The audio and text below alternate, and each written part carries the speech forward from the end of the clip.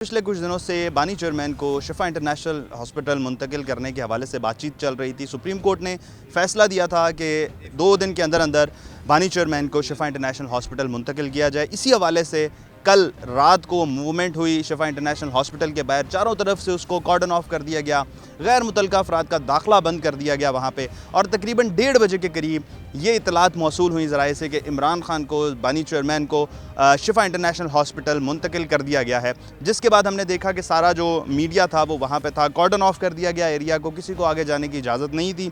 फिर अचानक से जब ये सारी चीज़ें ख़त्म हुई, सुबह हमें पता चलता है कि बानी चेयरमैन को वापस अडयाला जेल शिफ्ट कर दिया गया है और रात को उनको शिफा इंटरनेशनल हॉस्पिटल लाया ही नहीं गया और उसके बाद उनको पेम्स अस्पताल जो है वो लेके जाया गया था।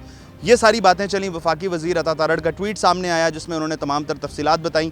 साथ में ही डॉक्टर उज़मा जो इमरान खान की बहन हैं, उनकी भी प्रेस कॉन्फ्रेंस होना शुरू हो गई। 11:30 बजे उनकी प्रेस कॉन्फ्रेंस हुई जिसमें उन्होंने बताया, तफसीली तौर पर बताया क्या हुआ। डॉक्टर उज़मा ने ये बताया कि कल रात को जब वो बानी चेयरमैन से मिलने अडयाला जेल गई, वहाँ पर उनको बुलाया गया। डॉक्टर फैसल जो थे बानी चेयरमैन के ज़ाती मौलिज, उनको शिफा इंटरनेशनल हॉस्पिटल ले जाया गया और डॉक्टर उज़मा को वहीं पर रखा गया।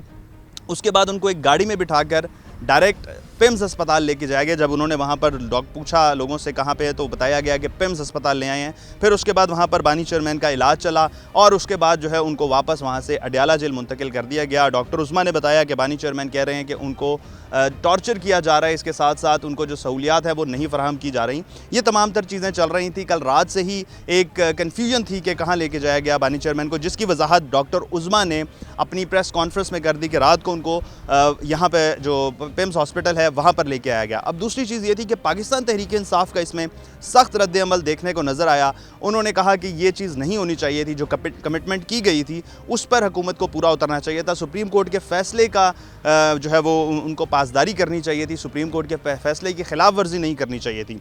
ये तमाम तर चीज़ें चली। प्रेस कॉन्फ्रेंसेस हुई सुबह। उसके बाद PTI की जो पार्लिमानी कमेटी है उसका मुश्तरका इजलास पार्लियामेंट हाउस में मुनक्किद किया गया, जिसमें वज़ीर आला सुहेल आफरीदी समेत सेक्रेटरी जनरल PTI सलमान अकरम राजा और जो दीगर पार्लियामेंटेरियंस थे उन्होंने शिरकत की है। अब इसमें चंद अहम फ़ैसले हुए हैं PTI की जानिब से, जिनमें से सबसे पहले फ़ैसला ये हुआ है कि तौहीन अदालत के लिए दरख्वास्त जो है वो दायर की जाएगी सुप्रीम कोर्ट में। पहले कहा जा रहा था कि जुम्मे के रोज़ कराई जाएगी। अगर बानी चेयरमैन से मुलाकात नहीं होती, उनको शिफा इंटरनेशनल हॉस्पिटल मुंतकिल नहीं किया जाता। लेकिन अब ये पार्लिमानी पार्टी में फ़ैसला हुआ है कि कल जो है वो पटिशन दायर की जाएगी तौहीन अदालत की, क्योंकि जो सुप्रीम कोर्ट का ऑर्डर था उसकी जो है वो खिलाफ वर्जी की गई, उनको मुंतकिल नहीं किया गया शिफा इंटरनेशनल हॉस्पिटल। अभी ये फ़ैसला हुआ, जो इनका पार्लिमानी पार्टी का मुश्तरका इजलास हुआ उसमें ये फ़ैसला हुआ। इसके साथ साथ जो तहरीक है, PTI ने जिस तहरीक का ऐलान किया हुआ है 27 सितंबर को लॉन्ग मार्च की जाएगी, उसके हवाले से भी यहाँ पर बातचीत हुई है। उन्होंने कहा है कि हम उसके लिए स्ट्रीट मूवमेंट जो है वो तेज़ करेंगे और सुहेल आफरीदी भी प्रेस कॉन्फ्रेंस में ये कह चुके हैं कि मैं अब अपनी जो स्ट्रीट मूवमेंट है उसको तेज़ करूँगा।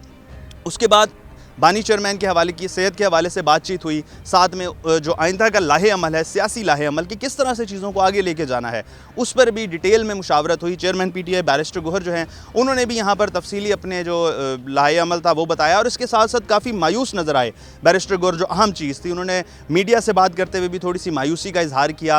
अंदर जो इनका पार्लिमानी पार्टी का इजलास था उसमें भी थोड़ा सा मायूस नज़र आए। लेकिन उन्होंने ये कहा है, उनकी जानिब से, PTI की जानिब से ये फ़ैसला किया गया कि कल इसके खिलाफ तौहीन अदालत फाइल करेंगे और फिर उसके बाद आइंदा का लाहे अमल बताया जाएगा। अब इसमें सबसे इंपॉर्टेंट चीज़ ये है कि जो स्ट्रीट मूवमेंट तेज़ है वो मैं आपको बता दूं कि इस हवाले से PTI आज JUI FE के जो सरबराह हैं मौलाना फजलुर रहमान, उनकी तरफ भी जाएगी। ये ज़राए ने हमें बताया है कि आज उनके साथ भी उनकी एक मुलाकात तय है। आइंदा का जो सियासी लाहे अमल है, जिस तरह से कल हमने देखा था कि मौलाना फजलुर रहमान ने एक ऐलान किया था कि वो लोग मुत्तहिदा अपोजिशन का क़याम करने जा रहे हैं, मुत्तहिदा अपोजिशन का क़याम कर दिया गया। अब उसमें यह है कि अब PTI जो है वो मौलाना फजलुर रहमान के साथ मिलकर अपनी स्ट्रीट मूवमेंट चलाएगी या नहीं चलाएगी, इसी की हवाले से अब जो इसका सिलसिला है, एक सीरीज़ जो है वो शुरू हो चुकी है, जो कि 27 सितंबर तक फ़ाइनल होगा कि क्या मौलाना फजलुर रहमान भी स्ट्रीट मूवमेंट में शामिल होंगे, इस स्ट्रीट मूवमेंट का मोटो क्या होगा, क्या सिर्फ बानी चेयरमैन की रिहाई मकसद होगा या फिर अगर मुल्क में आइन और कानून के हवाले से जो तहरीक तहफ़्फ़ुज़ आइन पाकिस्तान है वो एक स्लोगन अपना लेके चलती है कि मुल्क में आइन और कानून की पासदारी करेंगे, क्या उसको पहला मोटो रखा जाएगा, बानी चेयरमैन की रिहाई को पहला मोटो रखा जाएगा, या फिर ये जो स्ट्रीट मूवमेंट है ये किस हवाले से होगी? ये तमाम तर तफसीलात जो हैं ये आइंदा के लाहे अमल में पता चलेंगी जब जब PTI जो है वो मौलाना फजलुर रहमान के साथ मुलाकात करेगी और उसमें जो अपना लाहे अमल है वो तैयार करेगी। तो अब जो पिछले 24 घंटों में जो चीज़ें चल रही थी उसका ये करक्स है जो मैं आप लोगों के साथ शेयर कर रहा हूँ कि क्या चीज़ें हुई, किस किस तरह से लेके गए। रात को किसी को भी नहीं पता था कि क्या चीज़ हुई। अचानक से जब वफाकी वज़ीर इत्तलात अता तारड़ का ट्वीट आता है तो सब लोगों को पता चलता है कि बानी चेयरमैन को शिफा के बजाय पिम्स लेके जाया गया और उसके बाद PTI जो है वो अब एक्टिव हो चुकी है। PTI अपने मीटिंग्स भी कर रही है, मुश्तरका लाहे अमल भी दे रही है, प्रेस कॉन्फ्रेंस भी दे रही है और मुलाकातों का जो सिलसिला है वो भी अब तेज़ कर दिया गया है। तो पिछले 24 घंटे का जो करक्स है वो मैंने आप लोगों के साथ शेयर किया। मज़ीद हमारी वीडियोज़ जो है वो देखते रहिए जी।